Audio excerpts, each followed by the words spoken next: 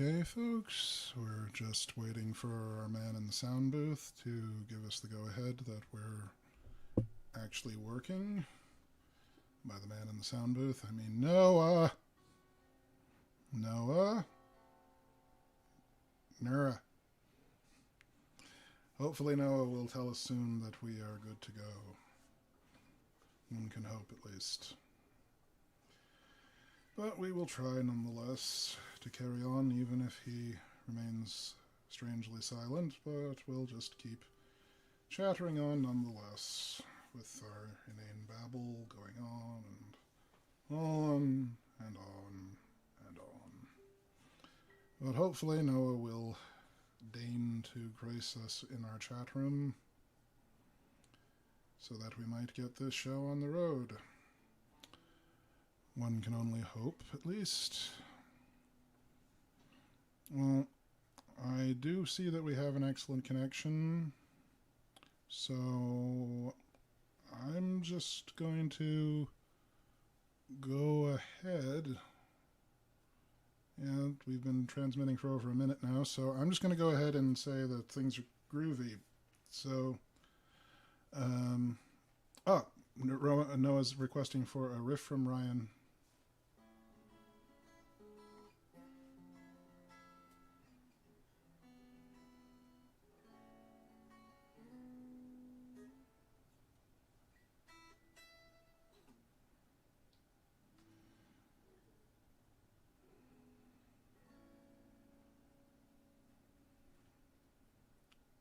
Is that just riffy enough for you?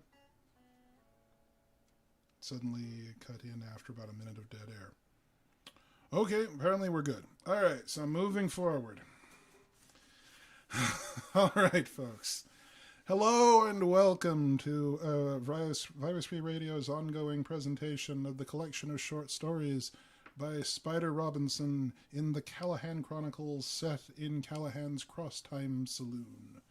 A place of wonder and merriment, of sorrows and laughter for all peoples, whether man, woman, gender nondescript, script, alien, talking dog, or robot. You can always find a gentle ear and a hard drink there at Callahan's. And today, what's our first to imbibe? Why, we will introduce you to The Centipede's Dilemma by Spider Robinson. What happened to Fogarty was a classic example of the centipede's dilemma. Served him right, of course, and I suppose it was bound to happen sooner or later. But things could have gone much worse with him if he hadn't been wearing that silly hat. It was this way. Fogarty came shuffling into Callahan's place for the first time on the night of the third annual darts championship of the universe, an event by which we place much store at Callahan's.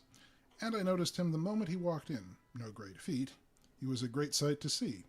He looked like a barrel with legs, and I mean a big barrel, on its side. On top of this abundance sat a head like a hastily peeled potato, and on top of the head sat, or rather sprawled, the most ridiculous hat I'd ever seen. It could have passed for a dead zeppelin, floppy and disheveled, a villainous yellow color. From the moment I saw it, I expected it to slide down his face like a particularly disreputable avalanche, but some mysterious force held it at eyebrow level. I couldn't estimate his age. Callahan served him without blinking an eye. I sometimes suspect that if a pink gorilla walked into Callahan's on fire and ordered a shot, Callahan would ask if he wanted a chaser. The guy inhaled 3 fingers of gin in as many seconds, and Callahan built him another. Strolled over to the crowd and got by the dartboard, where Long Drink McConicle and Doc Webster were locked in mortal combat. I followed along, sensing something zany in the wind. Some of us at Callahan's are pretty good with a dart. Consequently, the throwing distance is 30 feet, a span which favors brute strength, but requires accuracy along with it. The board is a 3-foot circle with a headshot of a certain politician, supply your own, on its face. Concentric circles of 50, 40, 20, 10, and 1 point each, superimposed over his notorious features. When I got to where I could see the board, Doc Webster had just planted a dandy high on the right cheek for 40, and Long Drink was straining to look unconcerned. "What's the stakes?" the guy with the hat asked me. His voice sounded like a '54 Chevy with bad valves. "Quarts of scotch," I told him. "The challenger stakes a bottle against the previous winner's total. Last year, the doc there went home with 6 cases of Peter Dawson's." He grunted. Watched the doc notch an ex-presidential ear. You supplied the same politician, didn't you? Then asked how he could sign up. I directed him to Fast Eddie, who was taking a night off from the piano to referee and keep an eye on him while I watched the match. He took no part in the controversial hilarity around him, but watched the combat with a vicious stare, rather like a man about to fall asleep before the TV. It was reasonably apparent that wit was not his long suit. Doc Webster won the match handily, and the stein that Long Drink disconsolingly pegged into the big fireplace joined a mound of broken glass that was a mute testimony to Doc's prowess. One of my glasses was in the pile. About a pound of glass later, Fast Eddie called out, "Excuse me, folks. Dink Fogarty," and the guy with the hat stood up. The doc beamed at him like a bear sociable to a hive and offered him the darts. They made quite a pair. If Fogarty was a barrel, the doc is what they shipped the barrel in, and it probably rattled a lot. Fogarty took the darts, rammed them together, point first, into a nearby tabletop, and stood back smiling. The doc blinked, then smiled back and toed the mark. Plucking a dart from the tabletop with an effort, he grinned over his shoulder at Fogarty and let fly. The dart missed the board entirely. A gasp went up from the crowd, and the doc frowned. Fogarty's expression was unreadable. The champ plucked another dart, wound up, and threw again. The dart landed in the fireplace 15 feet to the left with a noise like change rattling in a pocket. "It curved," the doc yelped, and some of the crowd guffawed. But from where I stood, I could see that there were 4 men between Doc Webster and the fireplace, and I could also see the beginnings of an unpleasant smile on Fogarty's thick features. None of the doc's remaining shots came close to the target, and he left the firing line like a desolate blimp, shaking his head and looking at his hand. Fogarty took his place, and without removing that absurd hat, selected a dart. Watching his throw, I thought for a second the match might turn out a draw. His wind-up was pitiful, his stance ungainly, and he held the dart too near the feathers, his other arm stiff at his side. He threw like a girl, and his follow-through was non-existent. The dart landed right between the eyes with a meaty thunk.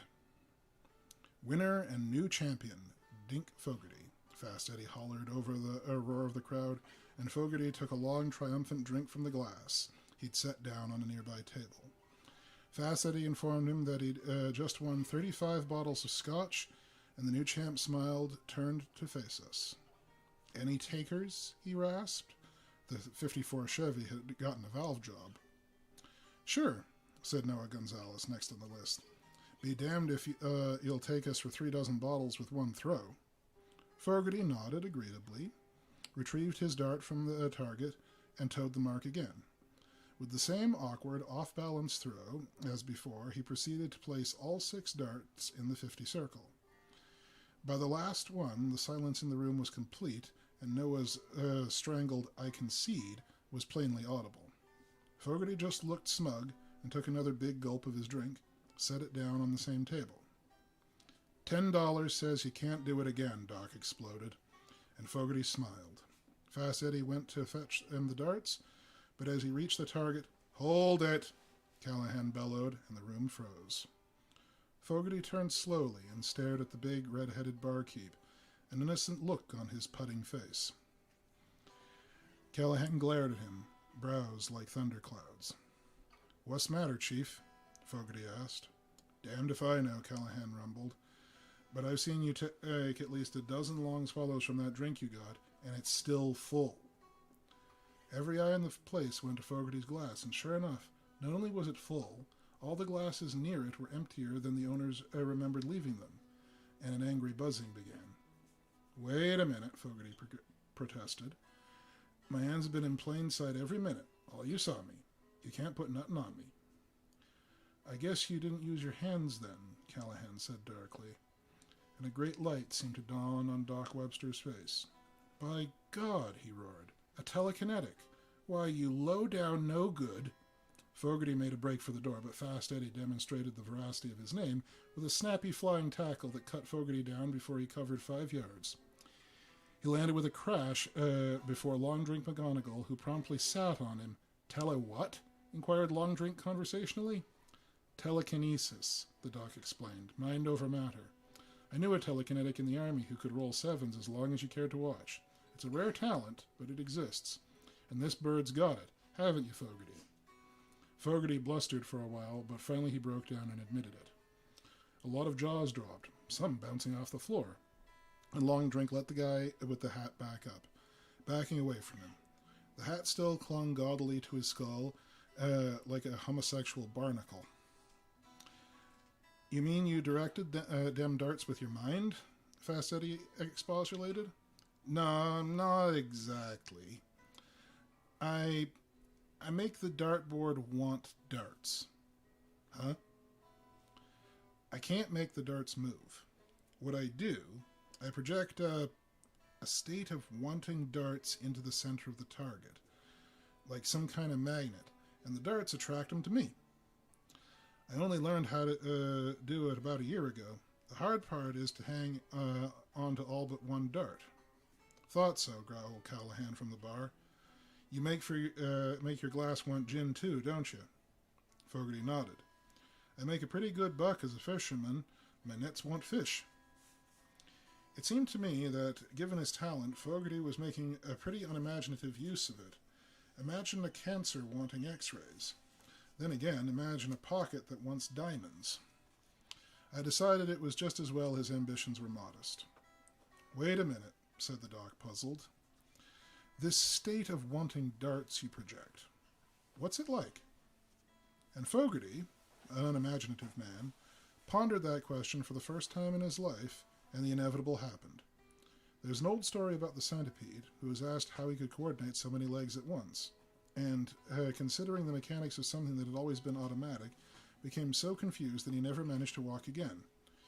In just this manner, Fogarty focused his attention on the gift he had always been second nature to him, created that zone of yearning for the first time in his head, where he could observe it, and the whole half-dozen darts, ripped free of the target, crossed the room like so many Sidewinder missiles, and smashed into Fogarty's forehead. If he hadn't been wearing that dumb hat, they might have pulped his skull. Instead, they drove him backwards, depositing him on his ample fundament, where he blinked up at us, blinking down at him. There was a stunned silence, literally so on his part, and then a great wave of laughter that grew and swelled and rang, blowing the cobwebs from the rafters. We laughed till we cried, until our lungs ached and our stomachs hurt, and Fogarty sat under the avalanche of mirth and turned red, and finally began to giggle himself. And like the centipede, like the Rajah whose flying carpet would only function if he did not think of the word elephant, Fogarty came from that day forth, never managed to bring himself to use his bizarre talent again. Imagine getting a net full of mackerel in the eye. And with that, folks, is the centipede's dilemma. So if you are a telekinetic looking to cheat at a darts tournament, maybe try not to think about it too much.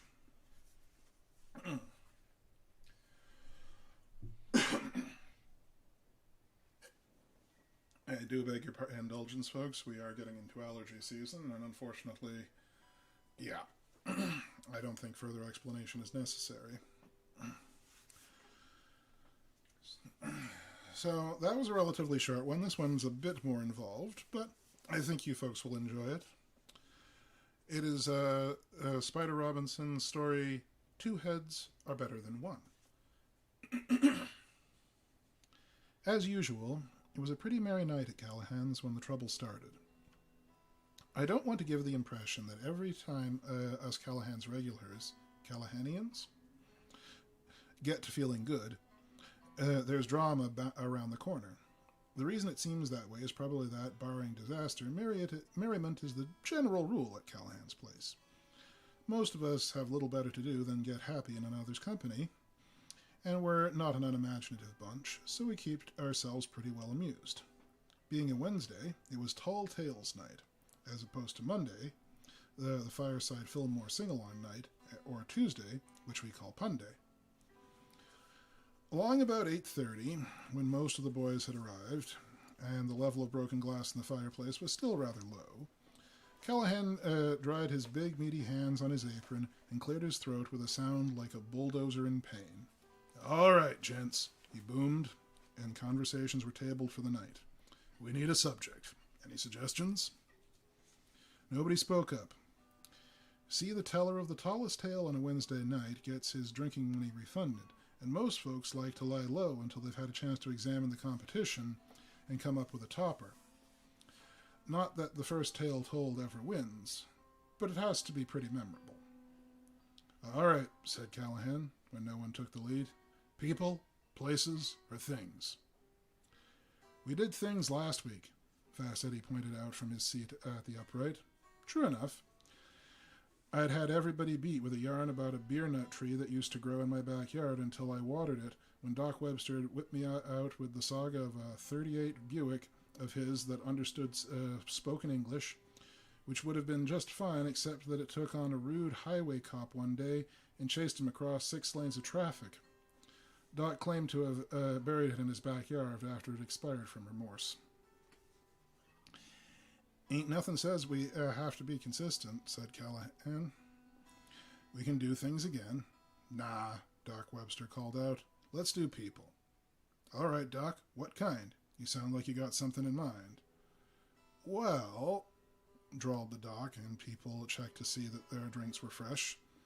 Those who needed a refill put a $1 bill on the bar and were refueled by Callahan, who did not need to ask what they wanted.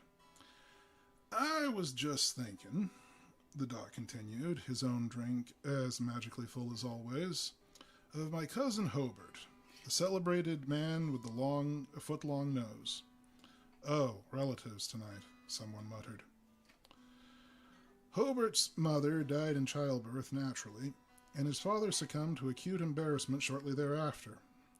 As a child, Hobart was a born showman, keeping the orphanage in stitches with incredibly accurate woodpecker impersonations, and upon attaining the age of 7, he ran away to form the nucleus of a traveling road company which played Pinocchio in every theater in the country, and some in the city, too. This kept him in Kleenex until he outgrew the role, and Cyrano de Bergerac was not popular at the time, so he struck off on his own in short order to becoming something of an old standby on vaudeville circuits, where his ability to identify the perfume of ladies in the last row and his prowess on the nose flutes, as many as 5 at one time, were a never-failing draw.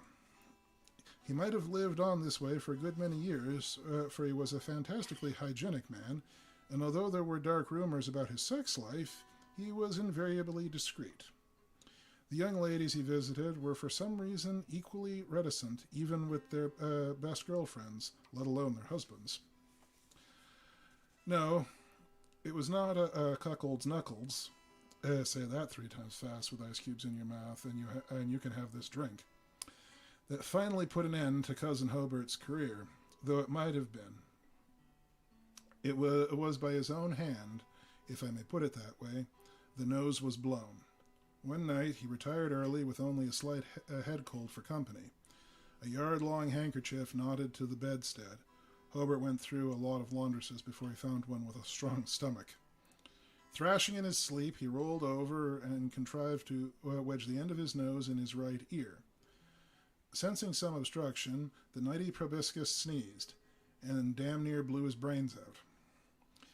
When his head had stopped ringing, A wide-awake Hobart settled down to some cold, hard thinking. The incident could happen again at any time. The miracle was that so likely a phenomenon had not so long to first occur. The next time the arsenal might be better. Only by chance had Hobart survived at all. He reached his decision reluctantly, but he was a brave man. He followed through. He had his nose entirely amputated the next day, repudiating all nosehood and installing a suction cup in the middle of his glasses. Within a week, he had landed a job with some moonshiners, and he works there still. The doc took a big gulp of Peter Dawson's and looked around expectantly, blinking. There was silence. Not much thinker than an elephant's behind. A moonshiner with no nose, snorted Longstreet, who keeps still in his garage for Sundays for when Callahan's is closed. What's ridiculous? How'd he smell? Terrible, the doc replied placidly. The general groan began, but Callahan held up his hands. What's the moral, Doc? Doc blinked again. No nose is good nose. The sky rained peanuts, and very few missed the Doc, his more than ample upholstery making him an excellent target. Callahan, maddened beyond endurance, seized up a seltzer bottle and was restrained with some difficulty. Me, I was worried. This would be hard to beat. I decided against another Bushmills. As I recall, the next one up was Shorty Stintz, with the story of his uncle, Mort D. Arthur, the magician, who walked down the street one day and turned into a drugstore. But the three of us shouted the punchline before he got to it, and he pitched his glass into the fireplace in disgust, toasting to the Weisenheimers first and putting his shoulder behind it.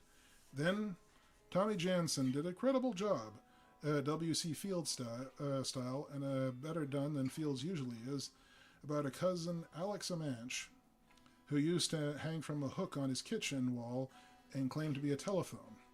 Obviously a masochist, Tommy intoned nasally. The amount of abuse that man absorbed was simply incredible. Folks tried to humor him, put a dime in his left ear, pick up his right hand from where it hung in his other ear, dial his nose in a circle and listen to his hand, but when nothing transpired, they would inevitably beat him about the head and shoulders until the dime came out of his mouth, dislocate his arm at the shoulder, and leave the premises in a great rage, cursing prodigiously. This was pretty good stuff, but Tommy's moral: a chameleon would do well to imitate objects of a species with which man is not at war, had no pun in it, and it seemed that the docs still had the edge. Noah Gonzalez's effort, a one-joke story about an over-aggressive uncle who customarily turned on the TV with such ferocity that one day the TV turned on him, was an obvious loser. For some crazy reason, as each tall-teller realized he'd blown it and would thus be paying his night's tab, he invariably pitched his glass into the fireplace, which cost you your 50 cents change. Callahan had raked in a fortune in dollar bills by that time, and I was ready to make my move. And I decided for the 100th time that Callahan was no fool, even if he does have to sweep out the fireplace every morning. All right, I said at last. It's time to tell you good people about my grandfather Stonebender. I decided my country drawl would serve me best. You stole that from Heinlein, shouted Noah, and the only other science fiction freak in the room.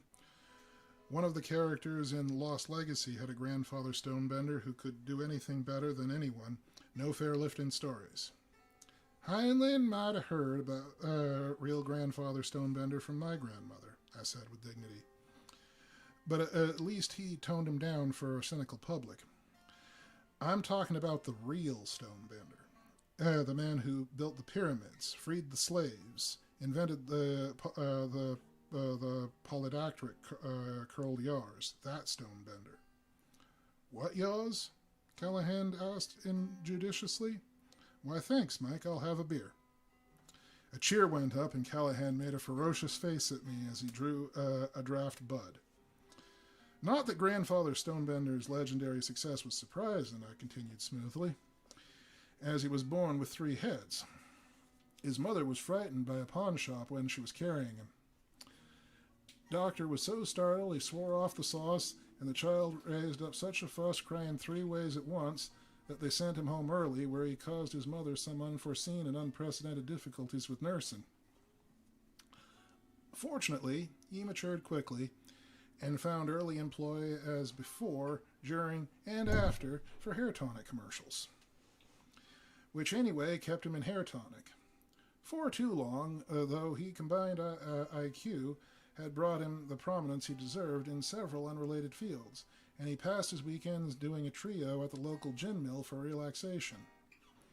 His sex life was something incredible, his prenatal trauma also having him left him with 3, but that's neither here nor there anyways, and nothing I should be talking about. Point is, he wasn't no loser like Doc's cousin Hobart, reduced to geeking in shadows for a living. Grandfather Stonebender lived entirely off his wits. Had to keep himself in neckties. But the same strange fate that provided him with 3 times the brains and earning power of a normal man carried with it the seeds of his own destruction. He fell prey to the committee syndrome. One day he was debating free silver with himself.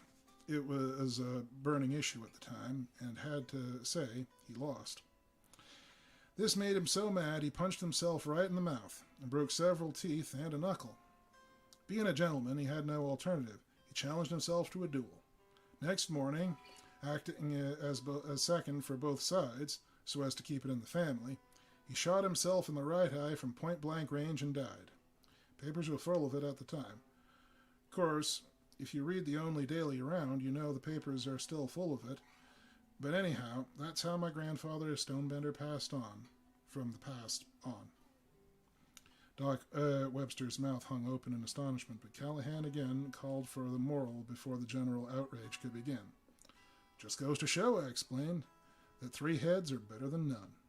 I closed my eyes and waited for the Holocaust, smugly sure that I wouldn't have to rely on cheap gags to get free beer anymore tonight. But the silence was broken not by groans, but by a single groan, and the pain in that groan was not put on at all. It came from the open doorway across the room. As we all spun around, we beheld a sandy-haired young man, shockingly disheveled, leaning against the doorframe and sobbing. As we watched, frozen, he slid from its support and full length into Callahan's, landing on his face with a crash. Somehow I knew intuitively that I was not a winner tonight after all. For all his bulk, Doc Webster was the first to catch the newcomer. He rolled him over and began doing doctor things, almost before the rest of us had started to move, and swung his great black bag in a lethal circle when we crowded too close. Nobody ignores pain in Callahan's place, but I guess sometimes we're a hair too eager to help. The kid wasn't much older than Tommy Jensen, maybe 25 or so, but you had to look past the haunted lines on his face to see it. At first, he might have been 30 or better, and the expression that he'd worn before he passed out would have made him look more at home on a man 80 years old and tired of living. His eyes were set in close against a hooking nose, and his cheeks were broad enough to make his mouth seem a shade too small. His lips were the kind of full that isn't especially sensual, and his frame had just been more meat than it needed. His clothes seemed to have been put on in the dark in a hell of a hurry, fly unzipped, shirt only partially tucked in, and buttons mismatched with holes. Furthermore, he was dressed for June. It was a particularly rainy March out. He was soaked clear through. Hair that looked usually brushed back simply lay limp across half his face. It looked like he'd gotten to Callahan's just about in time. His upper cheeks and temples were livid with purple bruises, and his knuckles were swollen. Doc Webster searched his hair and found more contusions beneath. "Looks like someone gave this poor bastard an awful beating," the doctor announced. The kid's eyes opened. "That was me," he said feebly, swallowing something foul. Someone fed the doc a glass of straight rye, and he tipped a little of it into the kid's mouth. It seemed to help. Color came back into his pasty face, and he tried to get up.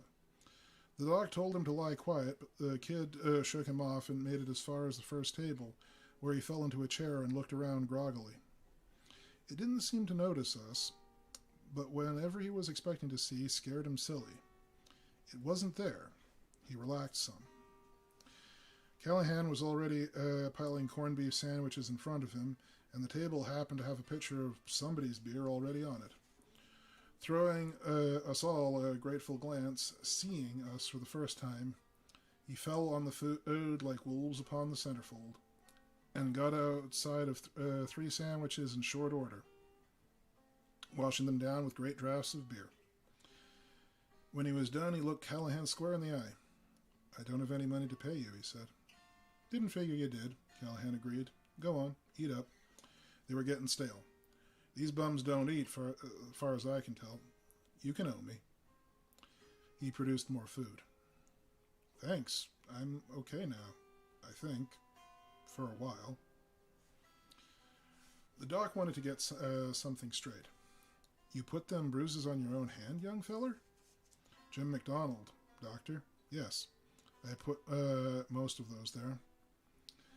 "I bet it felt good when you stopped," Long Drink said, and immediately regretted it. "I wouldn't want Doc Webster's mass balanced against my toe either." "If it did, I might stop more often," McDonald said with a ghost of a grin, wincing at the sudden pain in his temples. "Lately, it's the most fun I have." "Want to talk about it?" Callahan suggested delicately. "Sure, why not? You'll never believe me anyhow. No one would." McDonald's grin was gone now.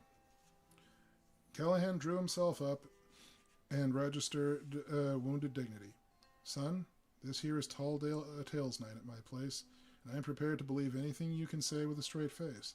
Hell, I sometimes believe the doc over there, and his face ain't ever been straight. Come on, spit it out.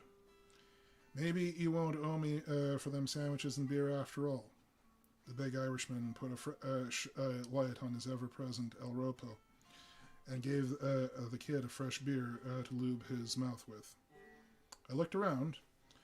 The boys were reverting to their favorite listening postures as naturally and gracefully as Paladin used to get into that gunfighter's crouch of his. The hell with the budget, I decided, and slapped another single on the bar, helping myself to a shot of Irish from the bottle labeled, "Give every man his due." "It started with my brother Paul," MacDonald began, and I groaned inside. The perfect shaggy relative story shot to hell. He was 10 years older than me, and he was really only my half-brother.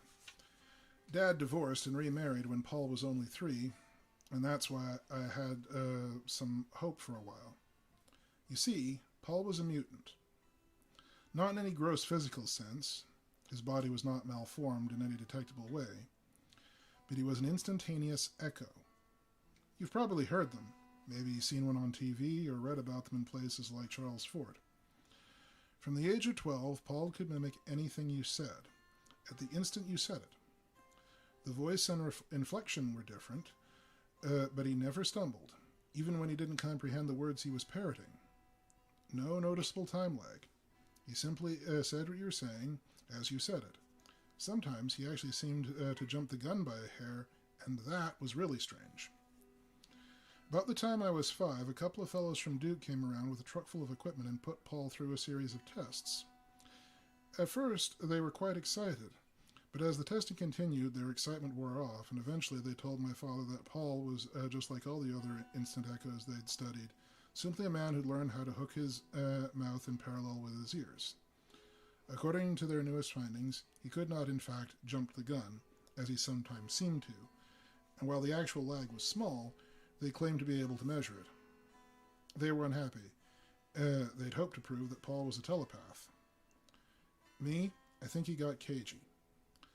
Paul had always been an introspective kid, and about that time he became moodier than ever.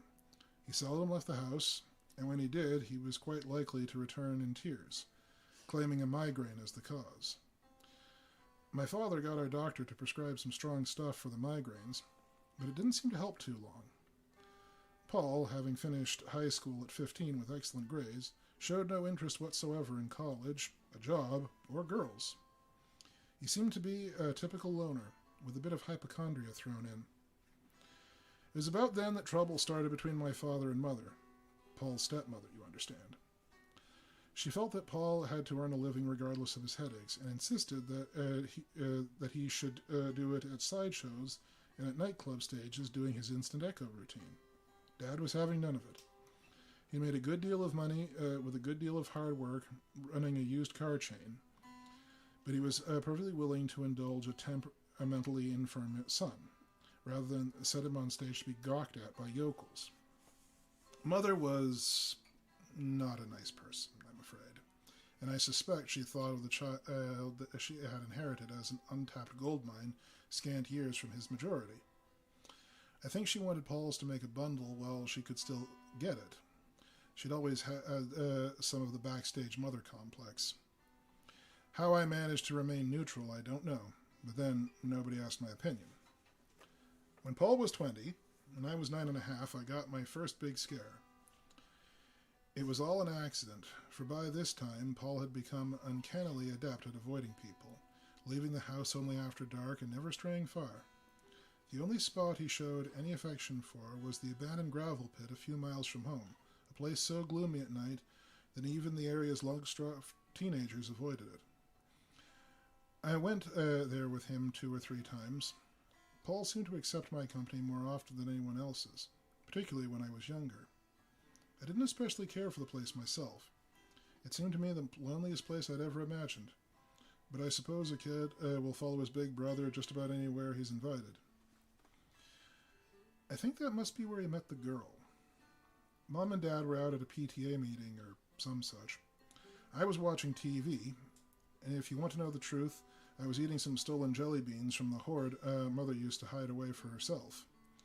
So when Paul came crashing through the front door, I jumped a foot in the air before I even saw him. When I got downstairs, my first crazy thought was that the migraines had finally split poor Paulie's head open. He looked, well, I guess I'd given you a pretty fair imitation tonight, crashing in here the way I did. His scalp was laid open around the sides of his head. His forehead was dripping blood in lines that streamed crazily over his face. His fingers were raw and bleeding, and his eyes held so much agony that even at 9 years old, I was more mortified by them than by anything else. He was babbling incoherently, swinging his arms wildly as if to ward off some closing demon, and sobbing as though his heart would break. I'd never seen anyone his age cry like that, you know. I rushed to his side and got him to sit down, and without thinking about it, I went to the bar and mixed him a martini, just as Mother had taught me to do for her. Little enough of it went down his throat, but it calmed him some, and the rest at least got some of the blood off his chin. Of course, when he'd come down a little, I asked him what had happened. "She looked so nice, Jimmy," he raved. "So nice. I thought it would be all right. I mean, I knew it would be bad, but I thought I could take it. She looked so goddamn nice." He shrieked, trembling like a leaf. Finally, I got the story out of him in bits and pieces. It seems my brother was a telepath after all, a latent telepath at any rate. From age 5 to 15, his only telepathic manifestation was his instant echo bit, and that was done unconsciously. Sub-vocalized thoughts must be closer to the surface. During that time, he never received thoughts except those about to be verbalized, never sensed emotion, never had any conscious volitional control of his wild talent. But about midway through puberty, the picture began to change. His power was still beyond his control, but it grew. With no warning, he would suddenly find himself inside someone else's head, with increasing frequency and for increasing lengths of time. The first time he plugged in was for a split second only, just enough to scare him silly, and it didn't want to reoccur for a couple of months. By now, he told me, telepathy came to him every week or so, for as much as 5 or 10 minutes at a time. You must understand, this was nothing like the traditional telepathy of science fiction stories. It was not the ability to send messages without speech. Paul had never succeeded in sending anything, nor was it the ability to receive messages. It was rather a process of entering the skull of another, receiving its entire contents, and perceiving them in a gestalt. I wonder if you can imagine what it was like. Perhaps, if you ever thought about telepathy at all, you'd have thought how terrible it would be if someone were inside your strongest defenses, privy to all your secrets and desires and shameful memories and frustrated lusts and true feelings. Well, you might. But have you ever considered how terrible it would be to find yourself in someone else's head, with all that unsought and unwanted knowledge? As long as people remain locked in their own skulls, they should be, because, as most people intuitively realize, the things that grow faster in a sealed skull aren't always fit to share. On top of that, there's the sheer shock of directly confronting a naked ego as strong as your own. And Paul told me that night that it doesn't help a bit that the other ego is unaware of you. Most people never get over believing that they're the center of the universe, even when they know it isn't so. You have your nose rubbed. To have your nose rubbed in it is unsettling. And so, Paul told me between sobs, he began avoiding people the best he could as his strange and terrifying power grew in him. Repeated exposure made the minds of his immediate family tolerable to him, and his telepathy seemed to be sharply limited by distance, with an effective radius of about 100 feet or so. By keeping strangers beyond the limit, Paul could achieve peace of a sort, the flashes of telepathy bringing him only glimpses of Dad, Mother, and myself. Dad he pitied with an intensity heretofore unknown to that emotion. Mother he hated beyond all understanding, and me he often found soothing, until I grew up enough to start having dark secrets of my own. He told me some things about myself then but that's irrelevant. The point is, that night, communing with himself in the moonlit gravel pit, he met a girl, about his age or a little older. One of the strange things about one of out of those way places, well, you almost never meet anyone there. Anyone you do run into is somehow very liable to be a friend material. At any rate, she seemed to Paul the nicest and most gentle girl he'd ever met in his life, not all like any other girl he'd ever met. She spoke softly, only when she had something to say, and he felt her in a difference that he could not explain in words. Whatever the reason, he let down his guard for once. Instead of running away or driving her from him with rudeness, as he had learned to do with strangers, he stayed to talk. Before too many minutes passed, he begins to lose the usual terrifying fear that his wild talent would strike, began to believe that it would be all right if he did, begin finally to almost hope that it would. And it did. I'm sure she was a lovely girl, but the best of us harbor dark secrets, sometimes even from ourselves. I don't know specifically what shattered Paul that night, but I'm sure it was nothing that a bishop on his deathbed would have felt compelled to confess. Maybe it was nothing more dishonorable than her lifetime's accumulation of pain. For one's own sorrow may be bearable by its familiarity and yet staggering to a stranger. In any event, it hit Paul harder than usual because he had dared to hope. Now, if your ears are overloaded, you can stuff your fingers into them. If your nose is outraged, you can hold it. If your eyes are blinded, you can shield them with your arm. But when your brain itself is overwhelmed by direct input, all you can do is smash it with a rock, hoping to drive the other consciousness away with your own. Sometimes, if you're lucky, it works. For Paul, that night, it hadn't worked. Now you must understand that I was very young.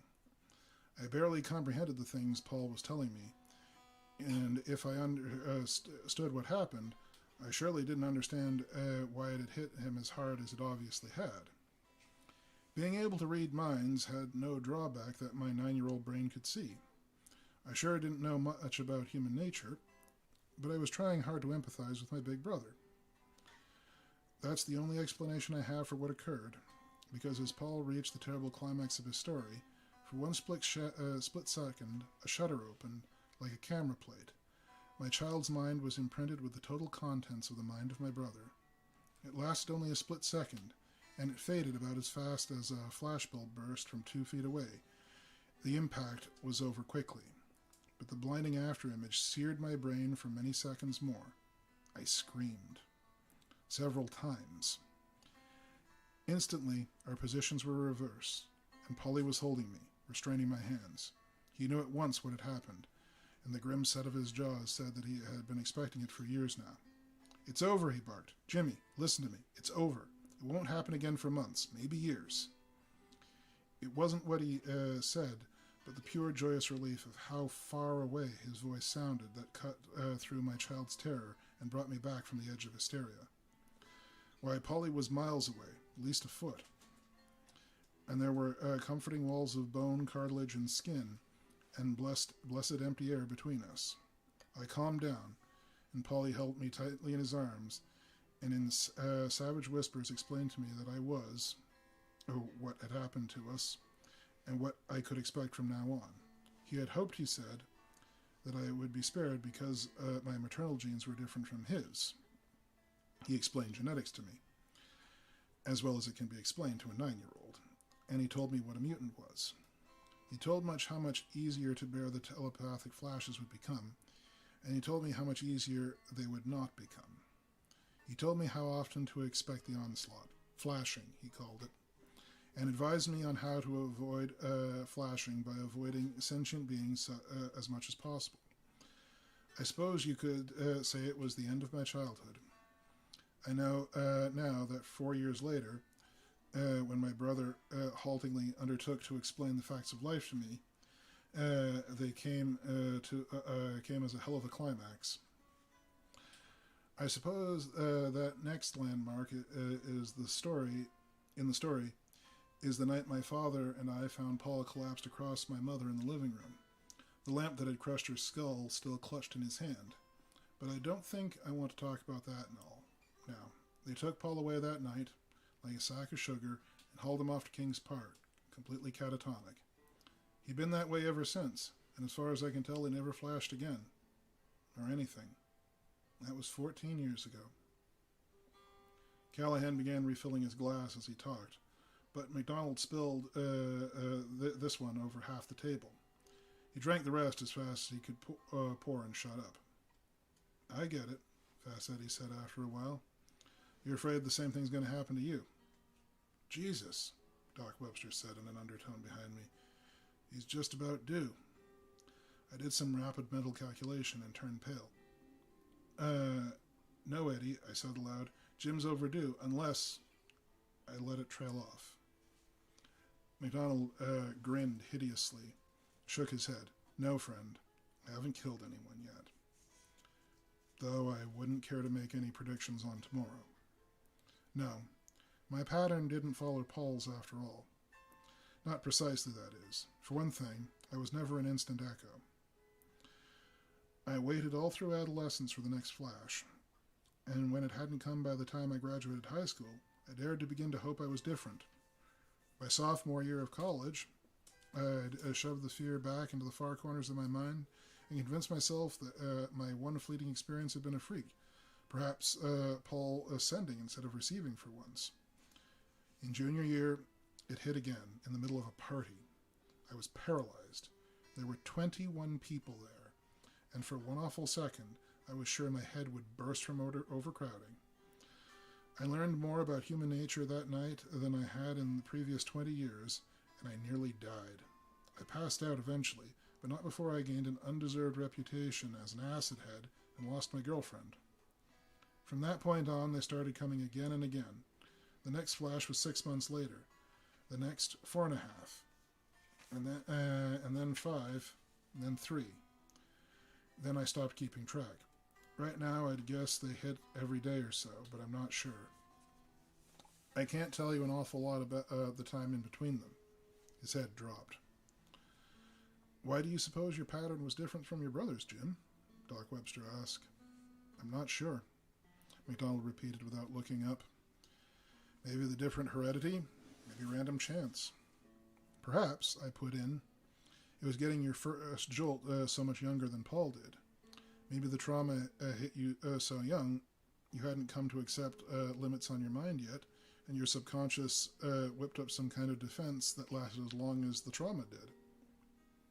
Maybe so, MacDonald said, glancing up at me with hopeless eyes. But if it did, it's forgotten how to do it again, and my conscience doesn't know the trick. He giggled. I haven't even improvised on Paul's trick with the rock. The giggle dissolved into hysterical laughter. The table danced, and his glass shattered on the floor. Callahan's broad hand caught him open-palmed across the cheek, rocking him in his chair. His laughter caught off, and his shoulders slumped for a second. Then he sat up very straight and struck his hand out soberly. Callahan shook it gravely and produced a full glass of beer from nowhere. MacDonald took a grateful sip. I suppose I should say, thank you. I needed that, mister. Huh? Callahan told him his name. Mr. Callahan? But to tell you the truth, I almost think I'd rather do it myself. He looked around at the rest of us, and his face went all to pieces as he buried his head in his arms. Oh, Jesus. Listen, Jim, Tommy Jensen spoke quickly. What the hell did you do after the party? I mean, you couldn't stay in school, right? Too many people flip you right out. What did you do? Go home? Become a loner like Paul? MacDonald spoke listlessly. I tried, man. I tried. I went home and told my father everything. Why his second wife had died, and what Paul was, and what I was. And that night he got up to get a drink of water and dropped dead in the bathroom. Thank God I didn't flash that. I got out fast after that. I got a flash of the man who ran the funeral home that almost did make me a murderer. So I took off and got myself the only job I was suited for. Lighthouse? Chuck Sam guessed? Nope. No openings. There almost never are. But the Forestry Service can always use fire lookouts who don't mind isolation. Miles from anybody in a well-stocked cabin with nothing to do but watch the forest spread out below you. I even got lucky. The area I drew averaged 35 days of rain every summer, so I got to sleep late a lot. On hot days in Oregon, when you get to stand a 12-hour watch. God, it was peaceful. He was talking freely now. I think I got a flash from a bear once. It must have been in an extreme limit of my range. Then one day I flashed a blue jay as it sailed about 6 feet over my head, and that was just beautiful. He shivered. Almost worth the rest of it. What brings you this way? Callahan wanted to know. What else? The expected. The forest fire in my zone. Called it in fast, and then it got too close to a firefighter who was trapped by a widowmaker and roasting slowly.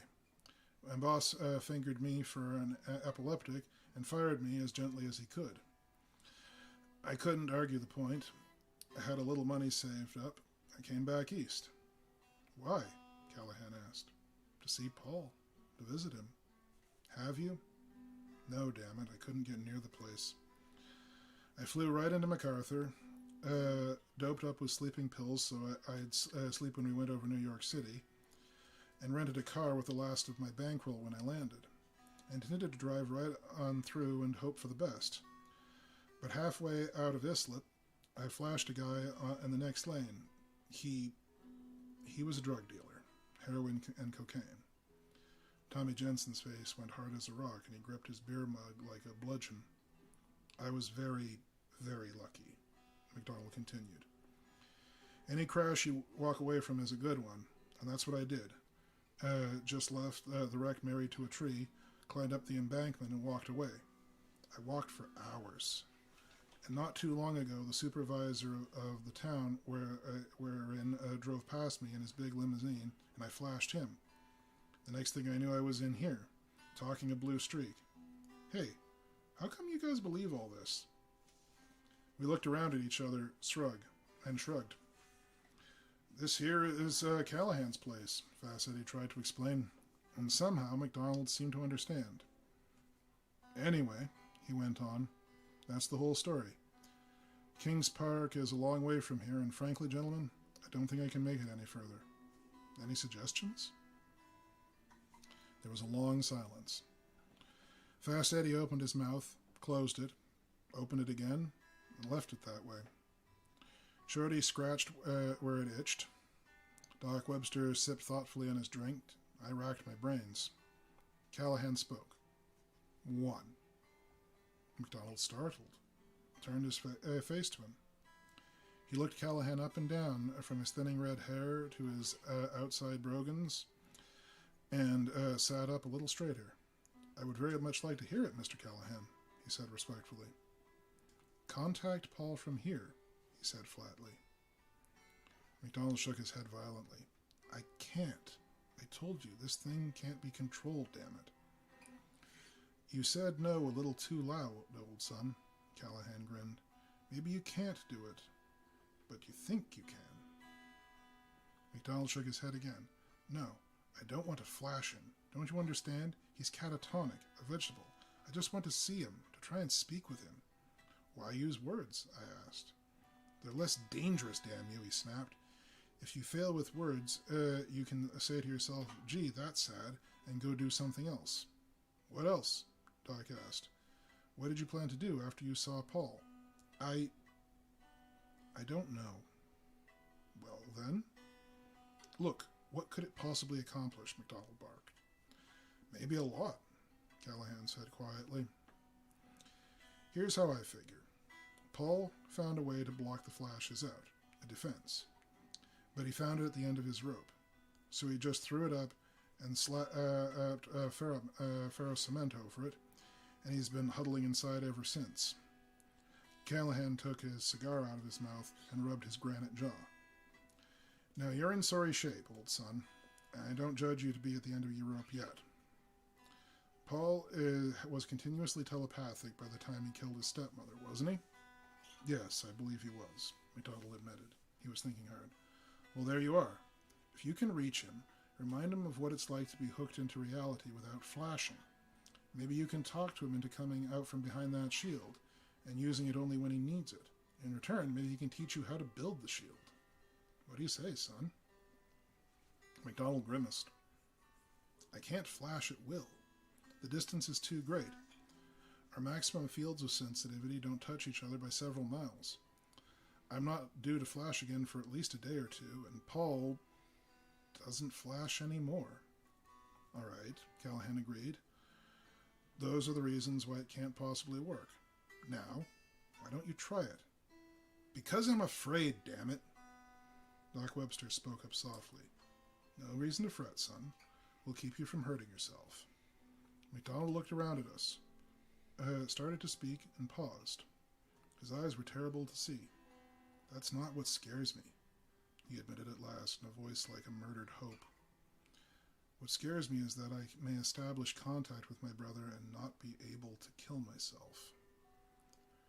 Callahan lumbered around behind the bar, brought his shotgun from beneath it and laid it on the bar top. Son, he said firmly, I don't like violence in my joint, and suicide usually strikes me as a coward solution. But if you need to die, I'll see that you do. A couple of jaws dropped, but nobody objected. Except MacDonald. What about the police? That's my problem, burglar. MacDonald's eyes seemed to see a far place, and I hope to God I never see it myself.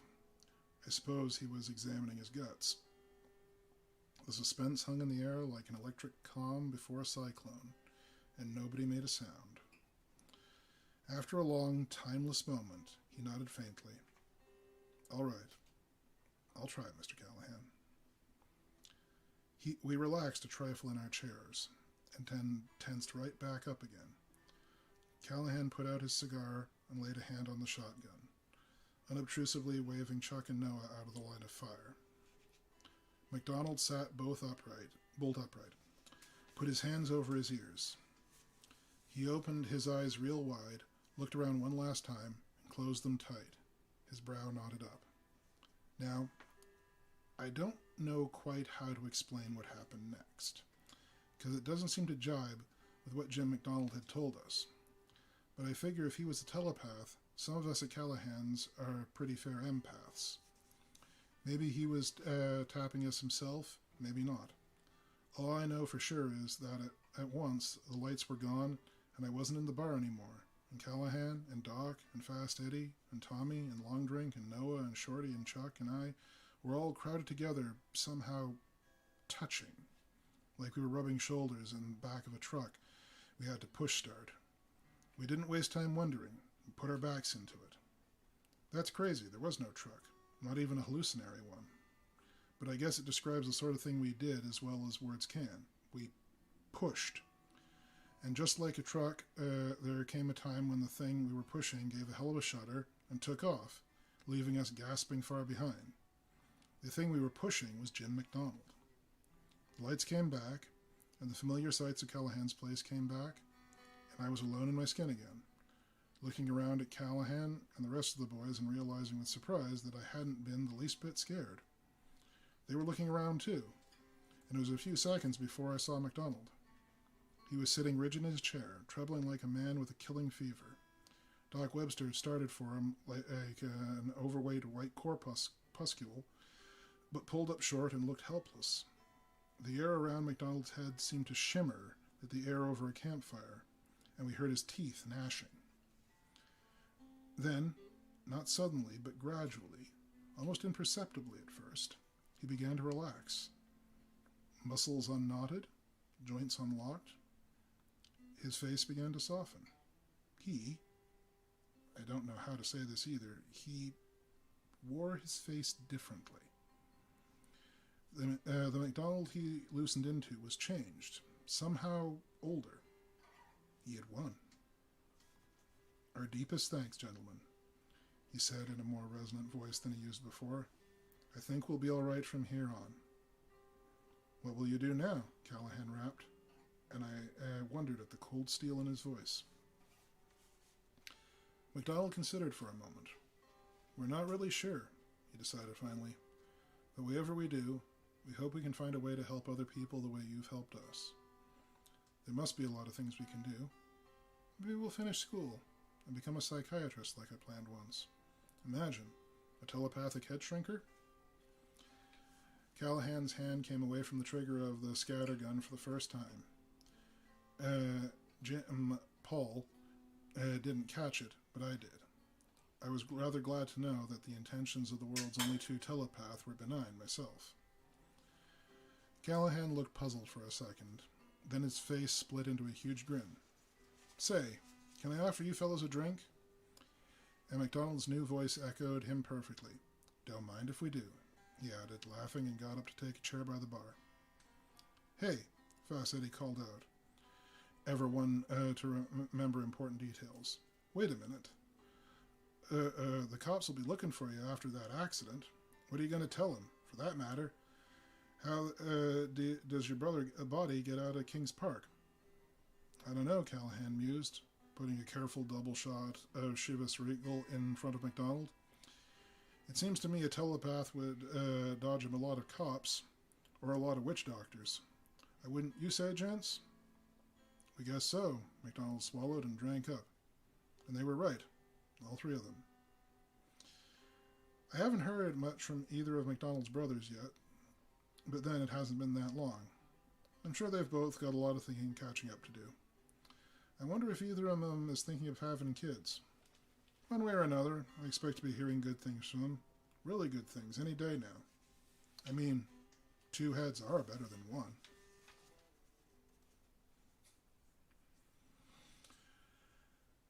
Nothing like beating a tall tale with an even taller tale that has the further virtue of actually being true, eh, folks?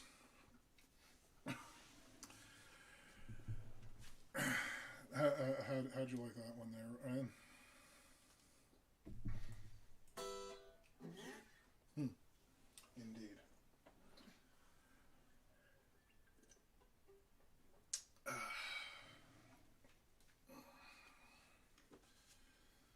Let's see. what's the next one on the docket? I should probably look ahead to make sure we've not got, so that way we don't bore you good listeners out there to tears. I don't know. Yeah, nay, we got one more in us, or do you think you want to call it, man? Nay?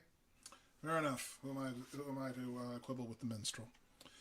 In that case, folks, for these two stories, I hope you enjoy them.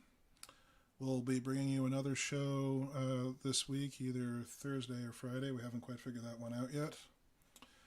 But in the meantime, folks, those of us here at Virus Free Radio, and our thanks to Ryan as always, wish you safety, good health, and as always, just be nice to each other. VFR out.